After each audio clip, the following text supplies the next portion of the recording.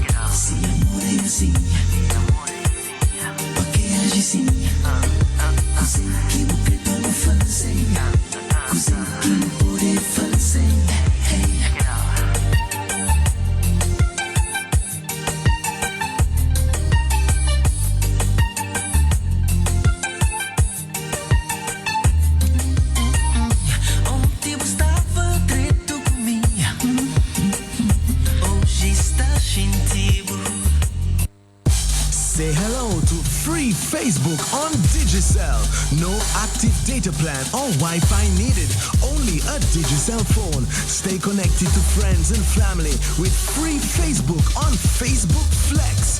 And feel free to show some love or some likes, or free to connect just to say hello.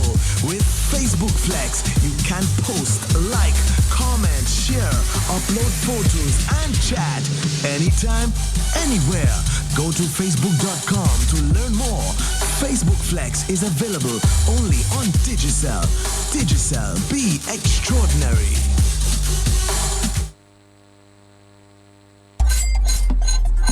You've got the edge over your circumstances. Many times there'll be trials to face. At least when it comes to your waning finances. You've got the edge, help is coming your way. You've got a big edge for those days when you're running low. Big edge is the place to go. Big edge, the cash can be in your hand. Big edge, with the easiest payment plan. Big edge, cash in a flash. www.q95da.com. It's our brand new dynamic Q Family website. Log in, interact, have fun on the pages of your favorite shows. Rise and Shine, The Hot Seat, Easy Rock 951, Nature Isle Cruise, Youth on Q, Knockout 95, Politics, Weekly Headlines, Island Rhythms, Soul to Soul Gospel, Creole Asser Q, The Big Link Up, Q Exposure, Power Drive 951, Q Classic Gold Flashbacks, Sports Rap, The Quiet Side of Q. Interact live with your show hosts and Q Family listeners worldwide in real time. Make your comments, give your feedback, tell the world what's on your mind in the comments box at the bottom of the pages at q95da.com. You interact and connect instantly with friends and Q Family members on the hottest social networks: Facebook, Twitter, YouTube, Instagram, LinkedIn, Messenger, Gmail, Google+. Make your comments in the box at the bottom of each news story on the news page by clicking on the headline of the news story. Log in to q95da.com. You'll just love to surf every unique page on our brand new dynamic interactive Q Family website. Browse through our interesting pages in your Q Family photo gallery. Listen to live audio. Watch intriguing videos on QTV on our homepage and in our video gallery. Q95 has long gone global. Place your web banners and video ads where the world is watching and listening on the big station, q95da.com. streaming crystal clear audio and video in total liquid stereo. Don't miss out. Check Q95DA.com today and every day. Check it right now. Immerse yourself in what's hot and happening at www.q95da.com. Lock it in. Right on Q, the big station.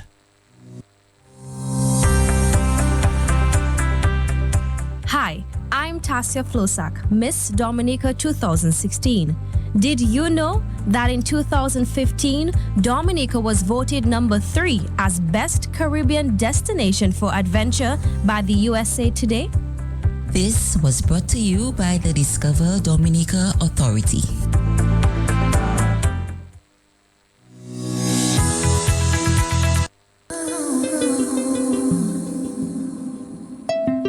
Juste un bébé. Mais dites-moi qui dirige ma vie, et surtout qui aujourd'hui a pu payer le prix d'une vie, celle de mon tout petit qui aujourd'hui s'appellerait Rémi, qui s'est permis de vivre toujours dit on dit, à qui dois-je dire merci, merci d'avoir détruit le sens de ma vie. Là j'accuse n'importe qui, ça soulage ma peine, ça m'éloigne de la haine, son corps s'enchaîne de maille en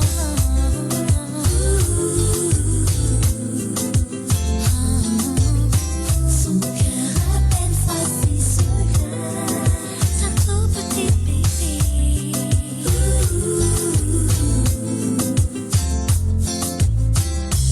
Je supplie le ciel de me dire ah oui, celui pour donner la vie, une dernière chance, je vous en prie. Bébé, vous êtes un bébé, tout petit bébé,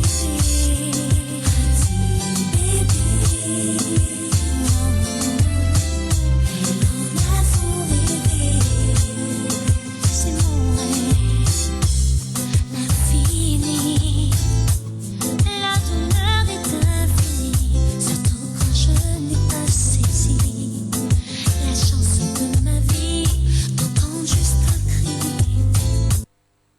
Lifeline on Q95, the big station.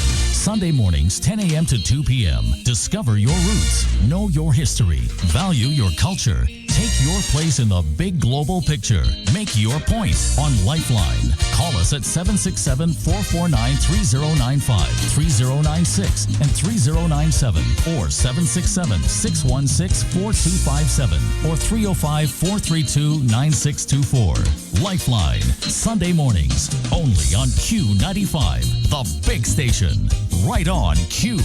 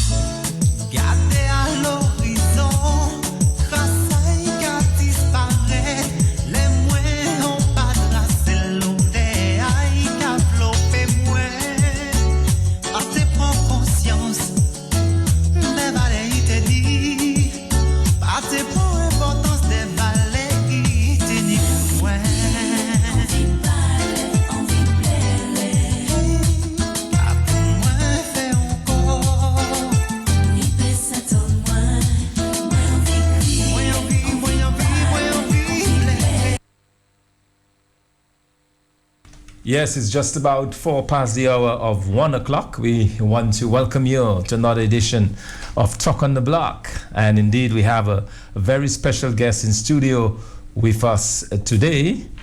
and you'll be hearing from him in just a little bit.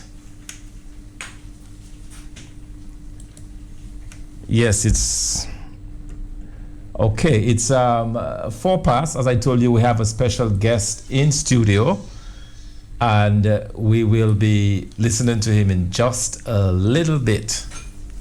So let's go. Well, let's go to a guest in studio, and let me say welcome to you, the MP for Roseau Central.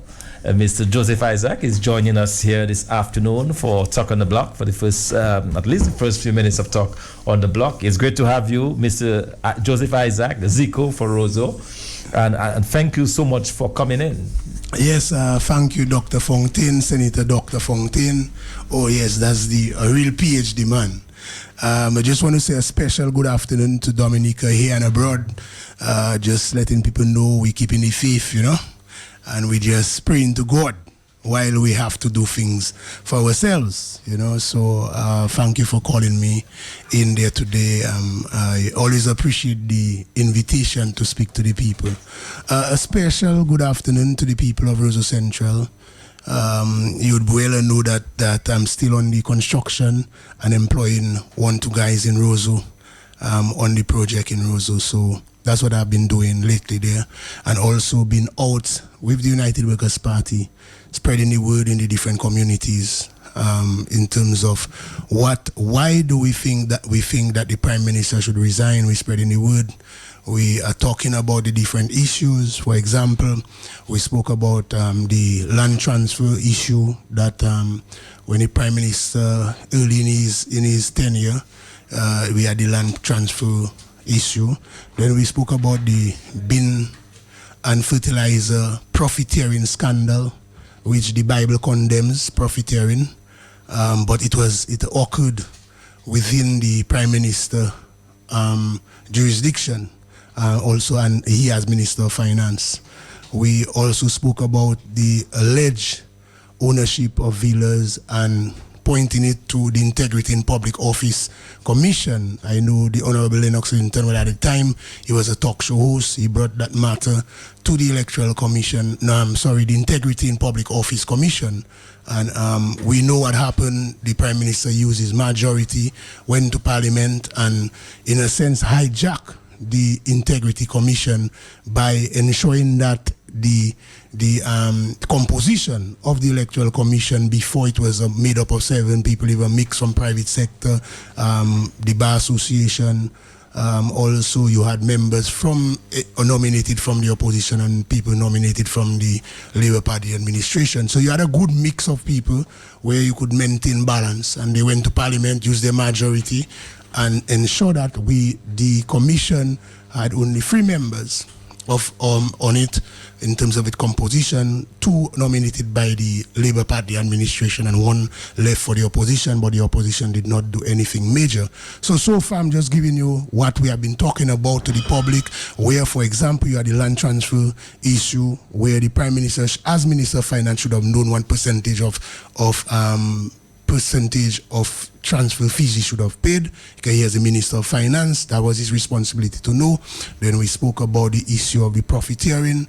Then we speak now on the matter of the villas, the alleged ownership of villas, where Lennox Linton, as a talk show host, brought it to Integrity in Commission. So that is where we lay in the ground, trying to explain to the people that the Prime Minister could not have just been doing things every time, making errors like that. And then we went on now to talk about the issue of the diplomatic passport scandal, where you have allegations of sale of passport, and you have, I would say, circumstantial evidence leading to people like myself and others to believe that there is definitely sale of passport. But again, we just trying to explain to people that it was not anything personal against the Prime Minister. In fact, within the United Workers Party team, you had members, right now I'm talking about the new team, we have members who were very neutral when the Prime Minister became the Prime Minister and thought that he should be given a fair chance because he's a young man. I myself was always neutral, although supporting the United Workers Party. I never went out to talk against him because at the time I just about 3 years older than him. I thought that at the time that he deserved an opportunity. But you see, the first error was to take up the Ministry of Finance. If you study English and psychology, you should not take on the Ministry of Finance. You should always want it to be close to the money.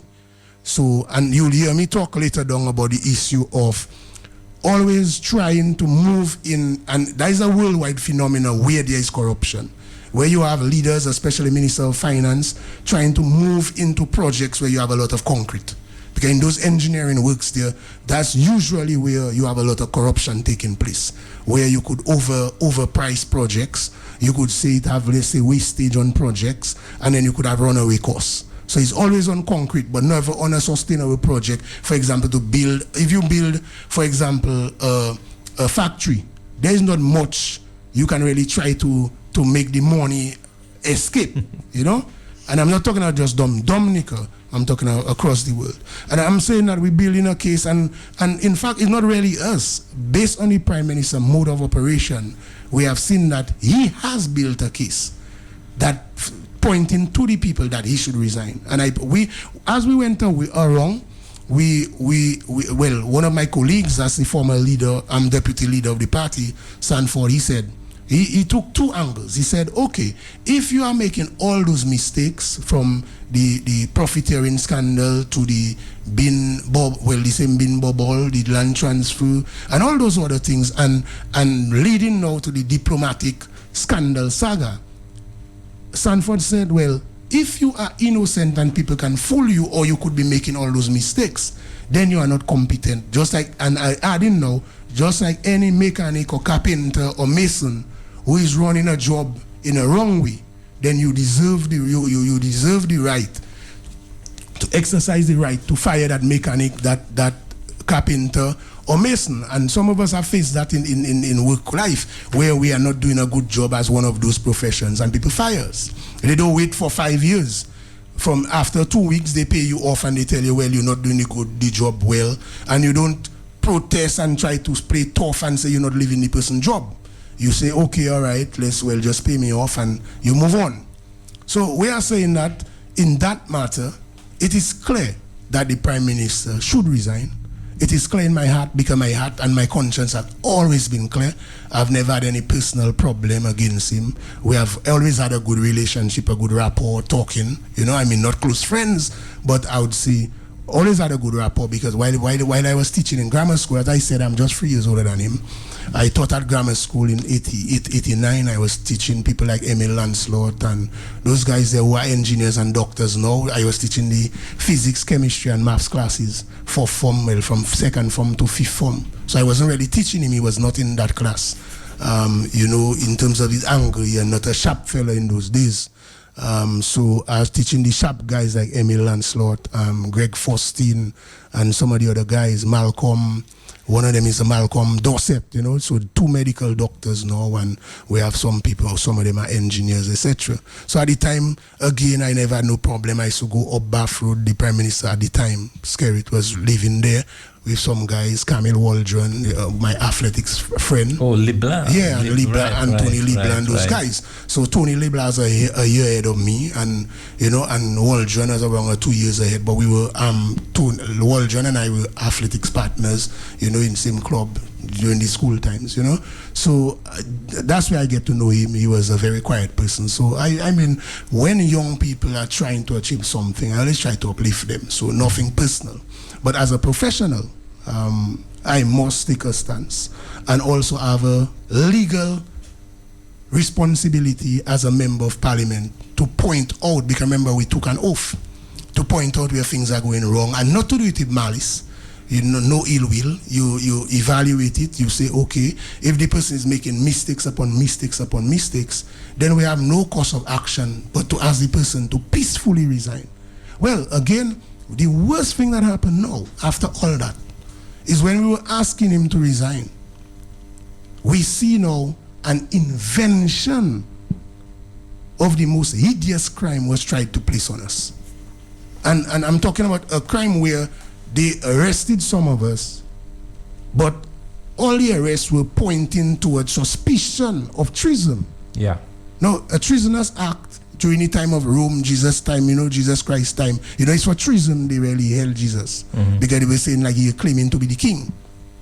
And you know what happened. He was really crucified. So when any state hold you or try to hold you on suspicion of treason, they can't be your friend, and it's showing that they are panicking and they don't know what to do. So they go in for a crime where the penalty for that crime is death or life imprisonment. So really they're trying to push the opposition or hold the opposition to crime of a penalty where you have death or life imprisonment. This thing is a serious matter. You check? And I'm saying now, we have sacrificed so much. I'm not saying only on the opposition side. On all sides, people make sacrifices. But I respect the other side, even when they talk things that I don't agree with. You understand? For example, their prime minister is making how many mistakes, and they're not talking against it. As a matter of fact, some members of cabinet saying, well, if not him, then who? So that means they don't think within their team that they have anybody. But I don't hold no malice on that. I treat it as a professional and make an evaluation and say, okay, if you're making all those mistakes, and some of them might be deliberate action of policy or deliberate inaction. In other words, you could easily make decisions to clean up the issue of the diplomatic passport or the CBI program, but you have not done that. So your inaction or your deliberate action as a policy has caused Dominica embarrassment. I've spoken to several of my friends.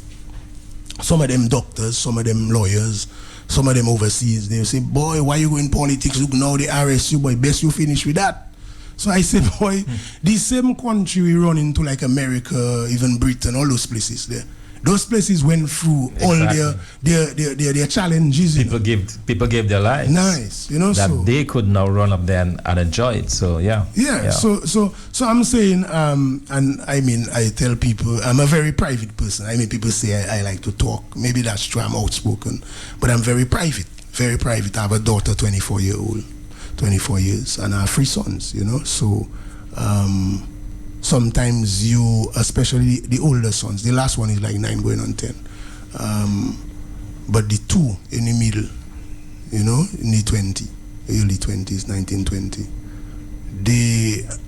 when they assess the situation, I mean, they have confidence in their father, but sometimes they find, boy, so much sacrifice. I tried to insulate them from all the politics because these 2 are in Dominica. The last one and the first one are Americans, not by my choice, but at the time, remember I wasn't a politician at the time.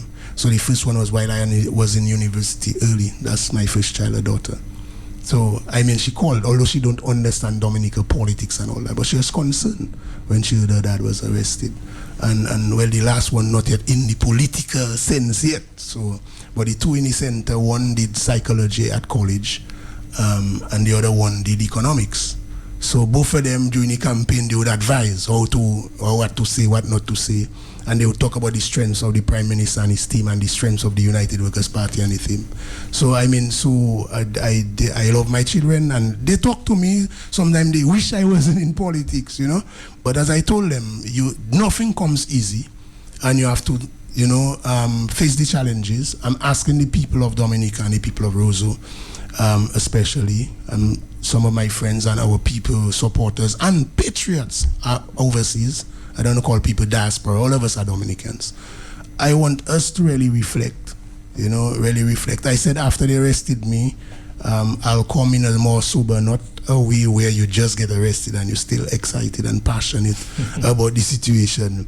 More in a calm mood where we really reason. At Thompson, and both of us, we were arrested, So I said just after, I said it's an attack on the intellectual of people of Dominica. We both of us, you grew up you understand the ghetto struggle growing up in Grand Foire. I myself grew up in River Street, Great Marlborough Street, Kings Hill, so I understand the ghetto struggle too. I faced it. I know about it, So we know, for example, where you have people with a little spliff in their hand, half a joint, get arrested, locked down for spliff. We understand that. Or sometimes they don't even have jobs, But here we are with white-collar crimes. That is where treason is, where you are involved in bringing down the image of your country. And that's why I was saying that our people who are overseas and even in Dominica, we need to reflect a little, you know. And I keep maintaining the point that we're not only for power. It is the onus is on the Labour Party administration to ask Kerry to resign, and one of them take over. I'm not there to recommend who to take over. The onus is on them. You understand? Because we're there in a peaceful way. We don't want nobody to try to invent crime on us. Yeah, and I mean that to me is the real gist of the issue. You know, the fact that this government can go to those lengths. I'm not sure if they're trying to frighten us, to force us out. You know, I'm not sure what they're trying, but to go to the extent of picking you up in your bed at, you know, early hours of the morning. You know, we've sending guys dressed in military fatigues and so on to take care of the streets. I just find this is reprehensible, and I really cannot understand for the life of me why this government. And the only time I got angry at these police officers was to shout at them and tell them that you have arrested the wrong man. The man that is destroying the image of Dominica is not Joseph Isaac or Thompson Fontaine or Claudia Sanford or Zed. You know, the person, George or Oswald. Yeah. The person that's destroying, the reason why we are where we are is because of Roosevelt Skerritt. And if you have to arrest somebody, go arrest Roosevelt Skerritt. You know, that's the only time I really got angry, because I just thought it was just so unjustified. You know, when something so wrong happens to you, you want to kick back and fight back, but sometimes you just need to maintain your cool and relax, and I think people are understanding that. The same police officers that are forced into this unfortunate position to having to arrest peaceful people. I've never been in danger. I mean, my worst crime is to get a driving ticket. You know, I mean, I've been ticketed for driving fast. Yeah. You know, other than that, there's never been accused of any crime, and then suddenly you're being hauled up by police treason. For treason. Well, suspicion of exactly, to overthrow a government and so on. You know, and it is clear to me that this is a really calculated attempt by this government to, in a way, shift the focus on itself, which is where the focus ought to be. But Thompson, you see, and it comes back to, as we were saying, we're not only for power. It is all about the people. Mm-hmm. At the end of the day is, I'm not a Dominican and you're not a Dominican. All of us are Dominicans, and all of us have an equal responsibility to save the image of our country. Yes, absolutely. And that is why some people find I made some controversial statement when I said that if the Prime Minister and Cabinet, if they are very serious about Dominica's image and damage to Dominica's image, we should be seeing lawsuit against some of the different media houses that publishing negative things, if they are negative and not true. Mm-hmm.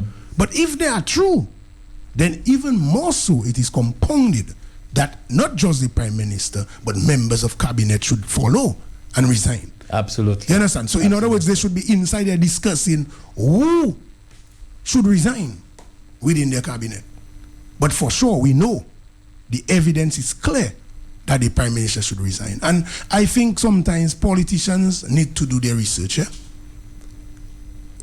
If you do research on Joseph Isaac, you would know that if you arrest Joseph Isaac, that is not going to stop me. You should know my personality. Because I don't come and talk lies on people. I don't never really discuss beef. You understand? I'm a person according to Rastaman, I bona fide in my moves. Yeah, you're an intellect. Yes. I mean, you're above that. I above that. I not in no Yes. beef thing. If I hear a little beef on somebody, I just laugh. As a politician, you always get in little beef, you know? Little vibes. But I'm not going to come and bring that at a national level. But you forget at the beginning when all those discussion came up about diplomatic passport, you know, I was saying, boy, too much names in my head. But then after a time, I say, no. As a Dominican, let me take the time and do the research. You have Alison Magweki from the Nigerian oil minister holding a Dominican passport. The Prime Minister say he met her for a short while.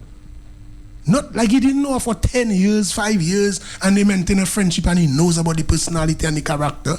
Short while. Boom. You appoint her a diplomat or give her diplomatic status.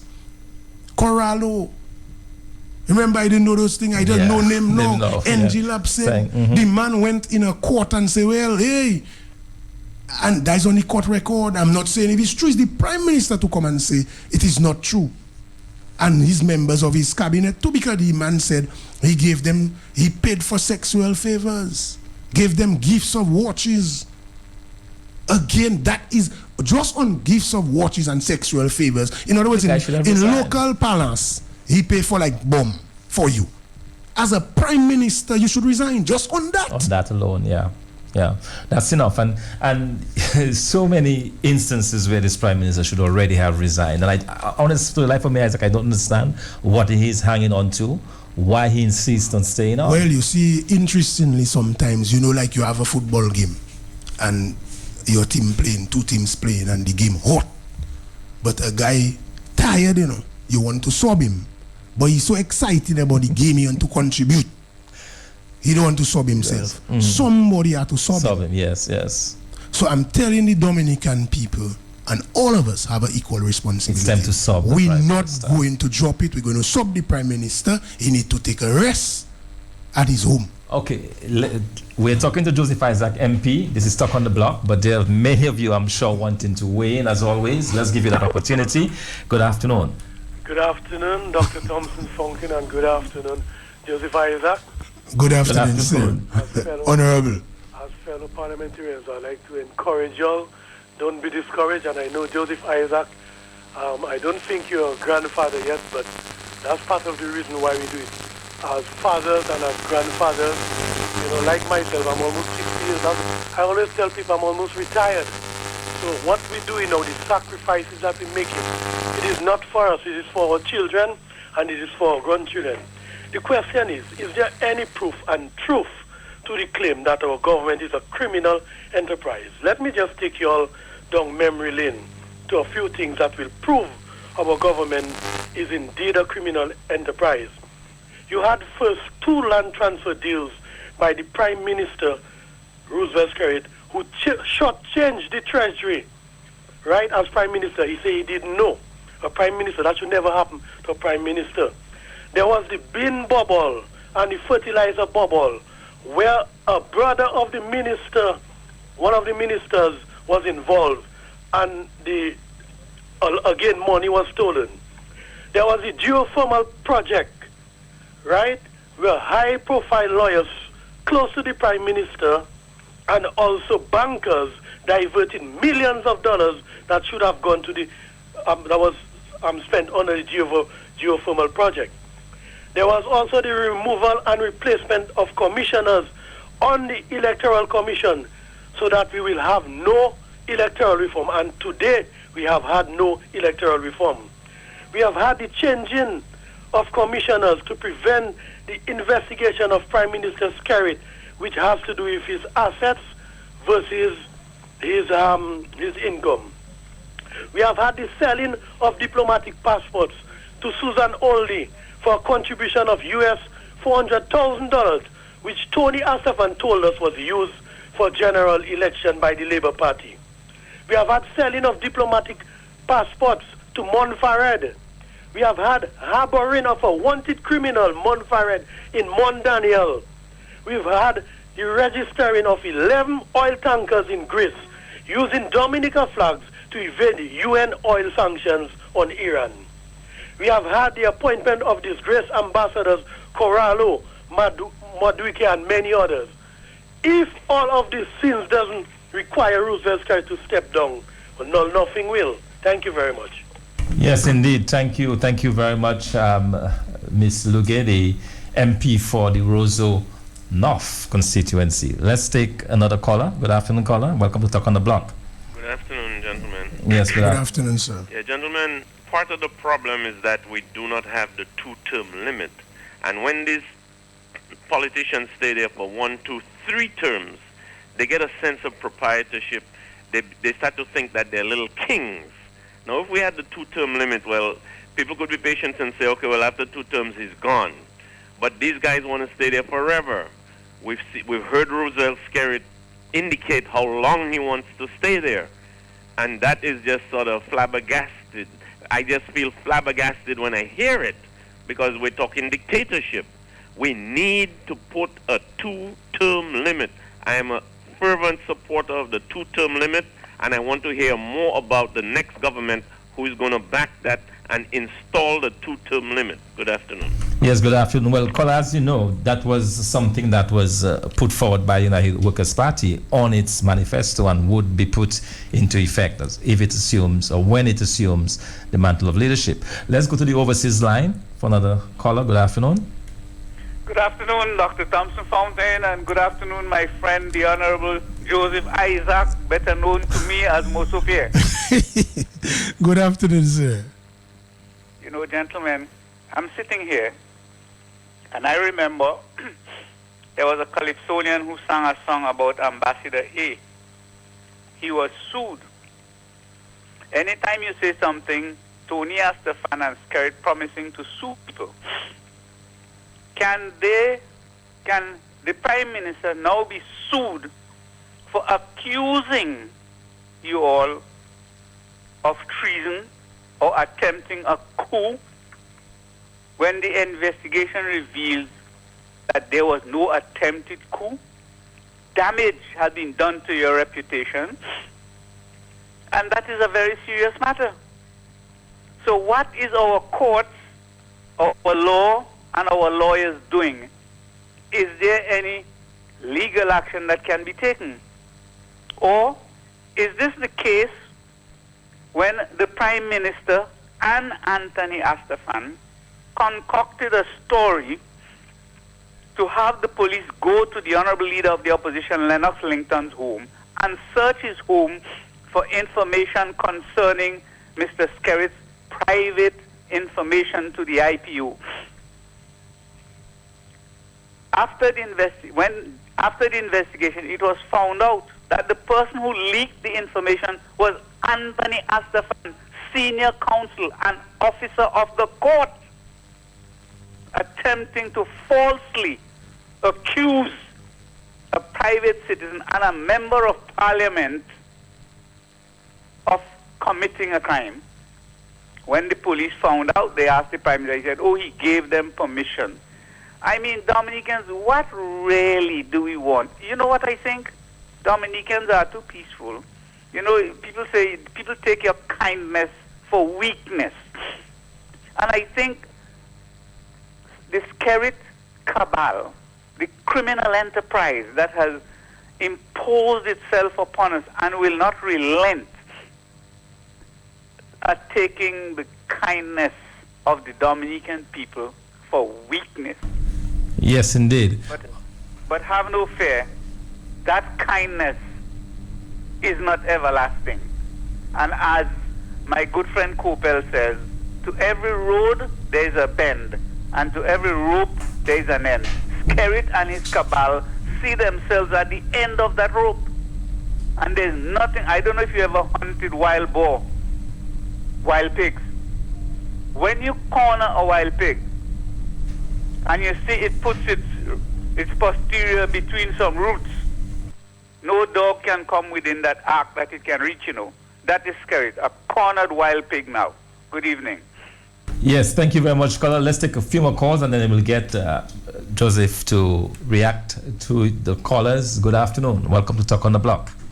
Good afternoon, honorable gentlemen. Good afternoon, sir. Yes, Edin Kosenval here.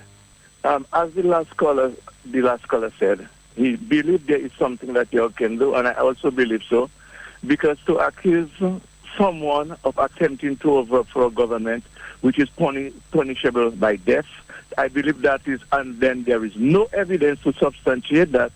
I believe that's a defamation of your character, and I think you all should waste no time, but you all should pursue this with your lawyer. On the question of why this guy is not resigning, as after all the evidence of corruption and all what the damage they have done to Dominica, it's because of the consequences. You know they are deep in trouble, and you know the only way they can stay out of trouble is to remain in government, and they will never resign. Because if they resign, as I said, they know the consequences. So we, the Dominican people, I don't know what it will take what it will take to enrage Dominicans, for us, we Dominicans, to say enough is enough, and we can take no more, and demand, as the Command Sergeant Major has said, we should be in Roseau every day, and lock down the country, tell Scary they must go. And then we are the masters, not they. But then we sit there and we complacent, we don't care. Is that if they tell us today, Thursday is Ash Wednesday, we just agree it's Ash Wednesday, and we wouldn't question it. Anyway, gentlemen, I hope sometime in the future, or very soon, Dominicans will open their eyes and decide to take action. Thank you very much. Okay, thank you very much, Joseph. Let's take a couple more. All the lines are going. Let's give you a chance to contribute, and then we will come back to you. Good afternoon. Dr. Thompson, I'll make it very short. Mm-hmm. I want to go on the record, to thank people like you, Joseph Isaac, Lennox Linton, Danny Lugay, for the tremendous amount of sacrifice you people are making, Some of you people have your families, to look after. You give all that up. You're smart people. You're university educated. You don't have to come into Dominica's corrupt politics to make a living, I admire you for many reasons. I could never go in politics in Dominica because your population there is not sophisticated enough for me. In Britain, I would have gone there. The kind of people I'm seeing there in Dominica, who accepts galvanizing power to vote, they don't care about Dominica. But when you people put yourselves at risk to be arrested in your homes in the early hours of the morning, for Dominicans, the amount of things you're giving up, and you are telling me that they arrest you early hours of the morning, take you to the police station when they know very well you've done no crime. This is the country telling me that run into politics for me. I would never go in there, but I must commend all of you at the bottom of my heart because you love Dominica so much. You want it to change. And I hope you succeed in changing it, because the kind of corruption I'm seeing there really is not really what we expect in this little third world country. But as I said, I'm going to end, once more. Thank you very much for putting yourself out to help Dominica, to help the future of the country, the little kids who are growing up now, so that when they grow up, there's a better Dominica to live in. And when I see people like Claudia Sanford's 3-year-old daughter being terrorized and traumatized, in the early hours of the morning, for what?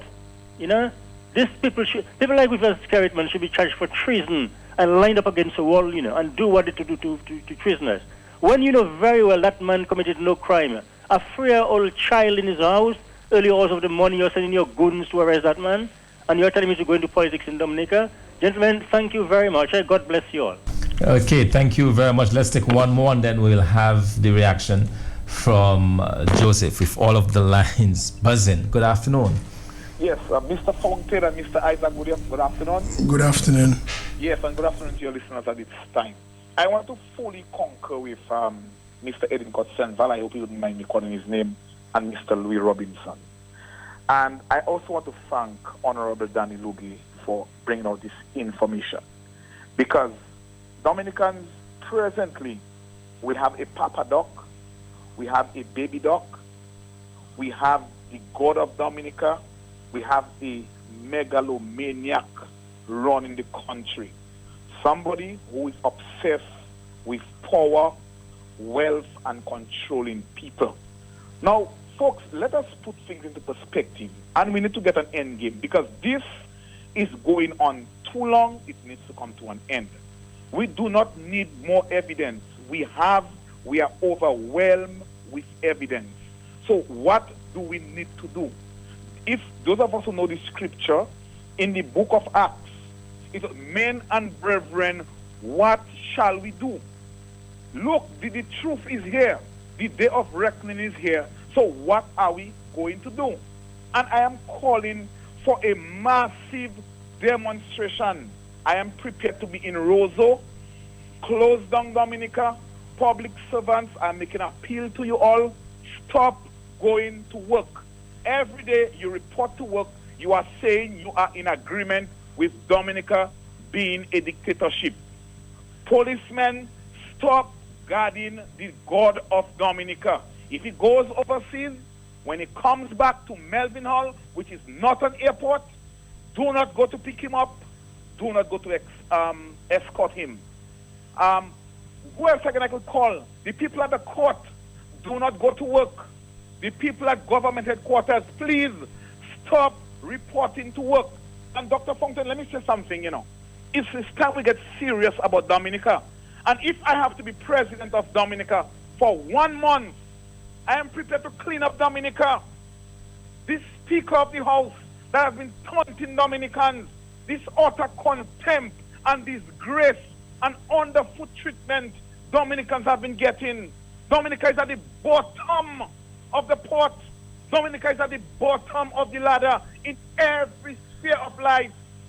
And then we have persons who hold in offices, and we are hearing about untold wealth and riches. And Dominicans, some of us cannot buy food. Some of us cannot buy $1 bread. Please, the people in the different public sector do not report to work. And I'm calling on civil society. We have the Evangelical Association. We have the Taxi Association. We have the Hucksters Association. Dr. Fountain, I am involved in the exporting of produce, and I am calling on the other Hucksters. Let us stop shipload out of Dominica. We need to bring this thing to an end. The people at the State College, please, students, do not go to school. Let us get into Roseau and shut down Dominica. We are working with our placards. We are working for our bottle of water. We are going to hydrate ourselves. And we are saying enough is enough. And I want to call on law enforcement. Please join in that movement. You see, if Skerrit has to remain in power one more day, we might as well open stock from prison, We might as well open stock from prison and let go everybody. And I want to call on the ministers of government. Now is the time once again to disassociate yourself if you have not been tainted with Roosevelt Skerrit, or else all of you all will go down. We do not want Charles Sovereign to be president of Dominica anymore. It is clear. We do not want Alex Boyd Knight. And if these people will not go, please let us not function. Okay, excellent caller. Thank you. Yes, and caller, we thank you for your intervention, but we are quickly running out of time. In closing, we do not want any parliamentary election in Dominica. We are not calling for any general election. Roosevelt Skerrit, you cannot call no election in Dominica. We don't want a snap election. We want you to go. Thank you very much. Okay, thank you very much. And we're going to ask Joseph to react to the previous callers, and we're going to pivot a little bit. We don't have as much time as we would have liked, so we tried to rush things along here this afternoon. Yes, so I just want to touch on it in 3 different ways. One, there's the talk of lawsuit, and then there's the politics and sacrifice, and then people talk about moving forward, what next, generally enough talk, that kind of thing. In regards to the lawsuit, where the Prime Minister is concerned, this matter is with our lawyers. So our lawyers will decide on the way forward. I'm not a man I'm going to talk on those matters there. I'm not going to play expert in law. You understand? So this is with our lawyers. Our lawyers will guide us as to what is the next step on that matter.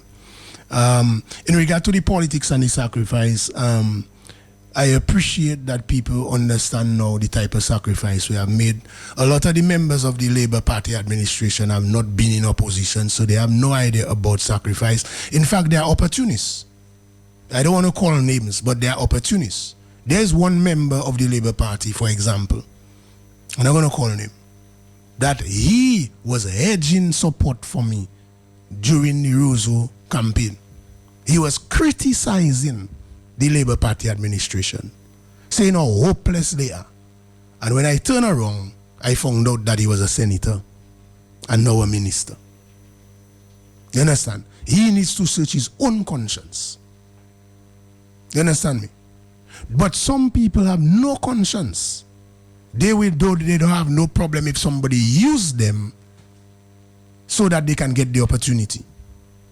As a matter of fact, we need to investigate whether or not his company or his family company or any company related to his friends, close friends or family are passport selling agents. So if that is true, then we know now that that was the foremost opportunity that he saw. And he will not talk against the administration because he's getting what he wants. That is one. But the sacrifice is real. I can call on, if we look at each member of our team, you can know a serious sacrifice from the time that we have entered into politics, into active politics. So I just want people to understand that we are going through the sacrifice, and we call in on all Dominicans, the police, the nurses, shopkeepers, farmers, everybody in Dominica, hucksters, everybody. The time is coming now for us to mount a major protest to show our disgust with the Labour Party administration once and for all, and to stamp our statement saying Skerrit have to go. And on that particular day when it comes, we are not going to relent. It is coming soon. We'll announce the date very soon and we'll give the details. But I'm telling you, they have to understand that we are not doing that for ourselves. We are doing it for Dominica and for the future of Dominica. I'm not going to stay in politics long. I don't want to be there 2050 and 2030 and no. I promised my party I'll give 2 terms. And when that is done, I'll recruit, identify, and scout for somebody in Roseau to run in my place. That was my commitment. I still stand by that commitment. I've never been interested in being in office and as though it's power and excitement. No, if you do it properly, it is sacrifice. So if the salary is $8,000 or $10,000, that is the salary, it is a sacrifice. Because we are accustomed to bigger salaries than that. So it is not about money. It's about fighting for your country to make sure your country is better. And any politician who wants to come and tell you they want to be there till 2050, 2070, anytime you hear that, that is a brewing and growing dictator and is an evil person. Yeah, absolutely. You understand? No, man. You heard Obama interview. He said every political system needs new pair of eyes and new pair of legs to run the hand race. Look at Nelson Mandela. Yes. One term. Nelson Mandela could have been there for 2, 3, 4 terms. So before we move and change gears into the more economics and development issue, I want to tell people I'm more resolved. I'm talking to people in Dominica, people overseas. Help us mobilize resources. We are going to have a massive show of disgust with that administration, demanding the resignation of Roosevelt Skerrit. And the plan is to bring as much as 10,000 Dominicans into Roseau. Well, as much as we can get. If we can get 17, whatever we can get. All Dominicans. You cannot be here. Let's say you're in the US, you're in the Virgin Islands, you're in Guadeloupe. If you are to send some resources, if it's water, we will announce the date. But it's to show our major disgust and once and for all, ask for the resignation peacefully of this growing, wicked, evil dictator. You cannot want to watch people like us that sacrificing everything and undercover, perpetuate through your speech a charge or make up a charge. Invent something to get to put us in. And the invention is not about traffic sign we break, Yeah. Invention is treason. It is penalty. There is death or life imprisonment. No. That's evil. That is evil. Naked evil. So once and for all, we need to do what we have to do for our country.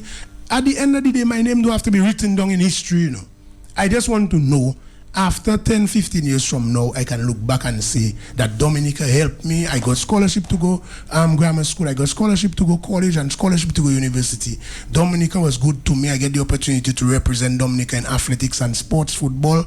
I appreciate my country. I want to give back to my country. I want my country to be a place when I travel in the region. When people ask me where I'm from, I need to say proudly Dominica, like before.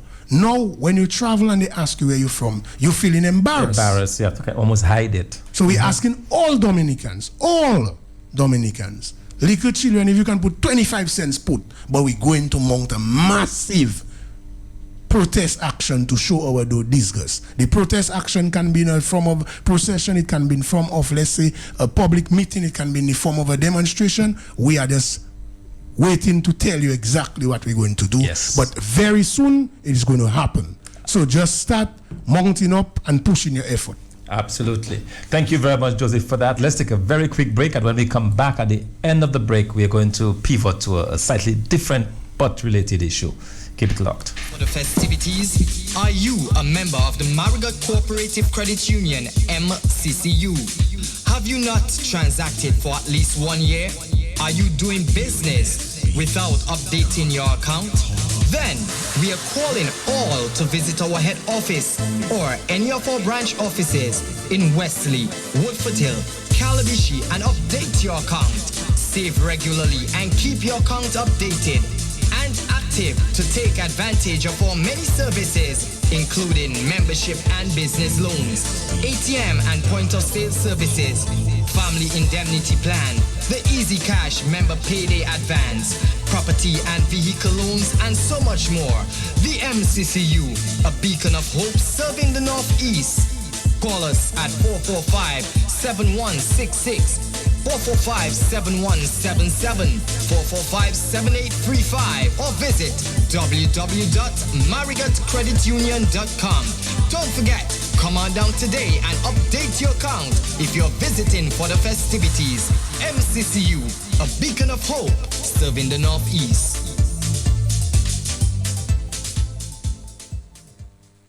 The Marigot Development Corporation presents Marigot Reunion 2017.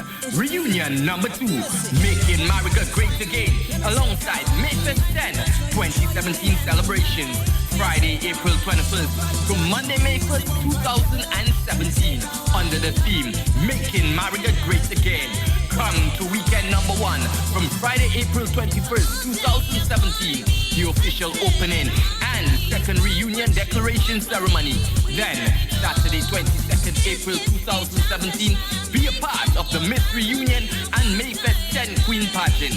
Then, Sunday, April 23rd, 2017, be a part of the International Gospel Revival and Ministry Night, featuring Evangelist Bridget Butcher, Marlon Anderson, and Second Chance. Marigot Reunion 2017. You don't want to miss it. Be there. Come, let's make Marigot great again. This ad is supported by Q95 FM Radio and the Country Style Bread.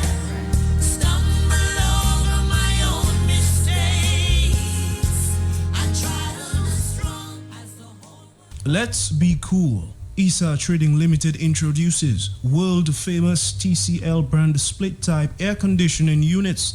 Innovative, attractive, affordable, featuring quiet operation, LED display, automatic power off, auto restart, auto protection, independent dehumidification, high-efficient internal thread copper pipe, timer mode, and more. Available in 9,000 BTU, 12,000 BTU, 18,000 BTU, 24,000 BTU, and 36,000 BTU. Prices as low as $1,255.50. Installation and servicing is available.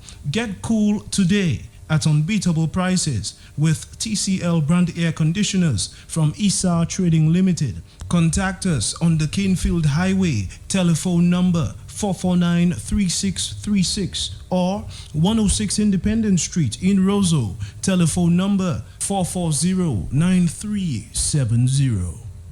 Powerful. Yes, indeed. We are back. It is 8 before the hour of 2 o'clock. We're going to shift gears just a little bit. This is Talk on the Block. And something struck me today. In fact, I saw a notice or a news report that the Dominica Association of Industry and Commerce, the DIC, had invited to Dominica the former Prime Minister of St. Kitts and Nevis, Dr. Denzel Douglas, to be the featured speaker, to speak on an airport, on whether Dominica need an airport or not. And I thought it would be good for us to talk about this. And his topic will be an international airport as a development strategy, the St. Kitts experience. So we're bringing in a Prime Minister to tell us in Dominica whether or not we need an airport in Dominica. The DIC is hosting this conference at some cost.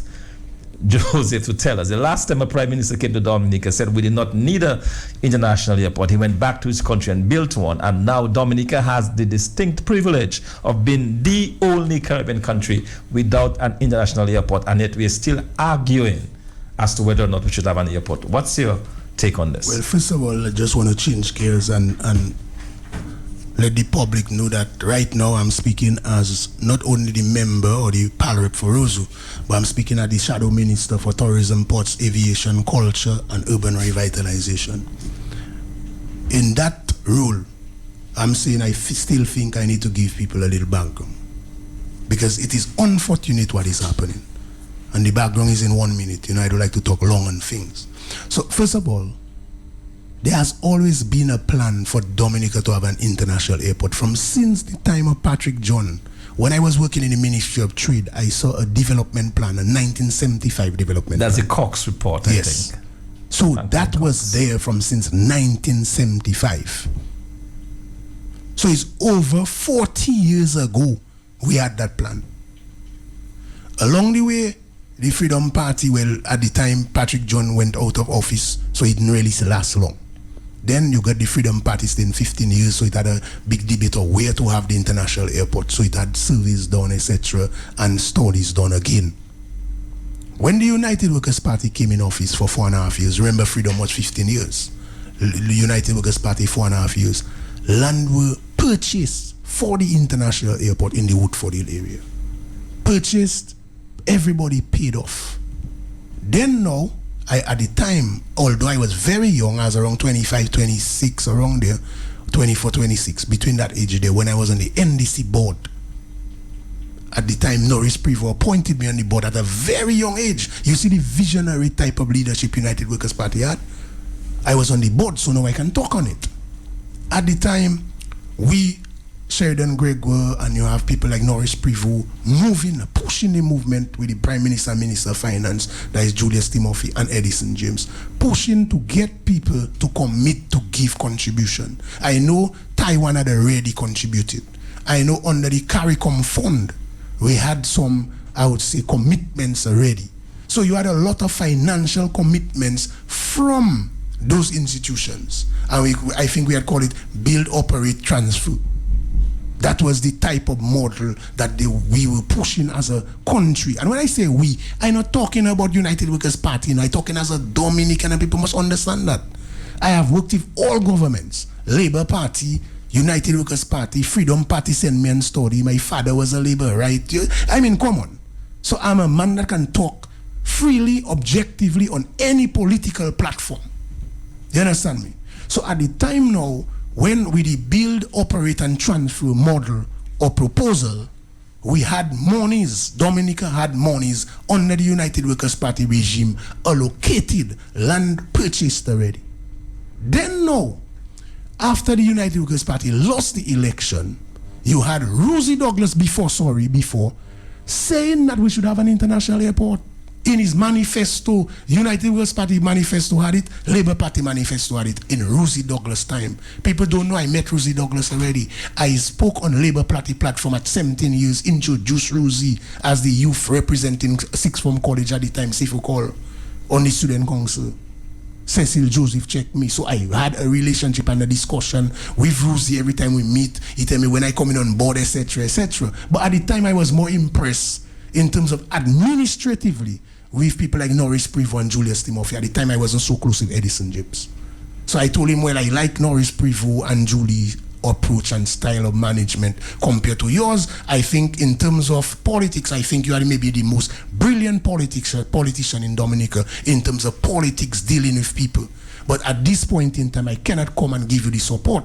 But I'll never be criticizing you. But I can tell you, I think United Workers' Party have better administrators and managers. But I admire you, Rosie. He respected that. Me and my friend, I'm not going to call his name now, we went up Borough Square, meet him, although I was supporting United Workers' Party. But at the time, and he was talking to me about airport and all those things and plans. So this was the history of Dominica in terms of the plan. Then what happened is, you get some private sector people, I'm not going to call their name again. Their family have big investments in Dominica. They had a conflict of interest and they started leading the discussion, and they had more influence than the general public on the Labour Party policy in regards to international airport. So they convinced at the time the Labour Party administration, that is during Peru and then Roosevelt Skerrit took over, that we did not need an international airport. Then you have Ralph Gonzalez coming on a political platform in Dominica and saying that Dominican St. Vincent doesn't need an international airport. He made that statement and then he left and went to St. Vincent and triggered the model, the build, operate and transfer model. But he tweaked it a little and moved with where he create a consortium of investment for St. Vincent and then invite our Prime Minister to come and talk about, to see his airport. So I'm saying now, there is no debate and there should not be debate as to whether we need an international airport. An international airport is an economic infrastructure for development. It is pivotal to the development of any country, especially in the OECS. Dominica is the only one in the OECS, that doesn't have an international airport. The classical OECS. Anguilla passing over money, but in the true sense of the independent OECS countries. So, if you want to drive tourism, you have no choice but to create that infrastructure. And you don't have to see it as an accounting type of profitability exercise to say, let's watch a profit and loss statement in regards to accounting. No. You have to look at it in terms of economic profitability. So, what do I mean by that? That's sounding fancy. What it means is, if you are looking at profit and loss in accounting, you might say, if I invest X amount and my cash flow is Y amount in terms of inflow and the outflow, then we measure to see if we're making a profit. That is the accounting part. In regards to the economic type of profitability I'm talking about, you have to look at, you put an airport, the investment go in, you look at the total impact on the general economy. So what impact does it have on tourism? What impact does it have on indirect impact on agriculture? Because as tourism increase, you get inflow, you get stay over, you get more of that, then you get larger number of people in the country, some higher consumption, and therefore you have a spin over, and you'll have the trickle down of the money right down to the ground. Okay, Joseph, I'm going to have to take you off on this. Thank you so much for joining us this afternoon. We are out of time on Talk on the Block. We've already gone past our time, so let me thank you for coming in this afternoon. We'll certainly have you back again to discuss these critical issues of national importance. And thank all of you for joining us.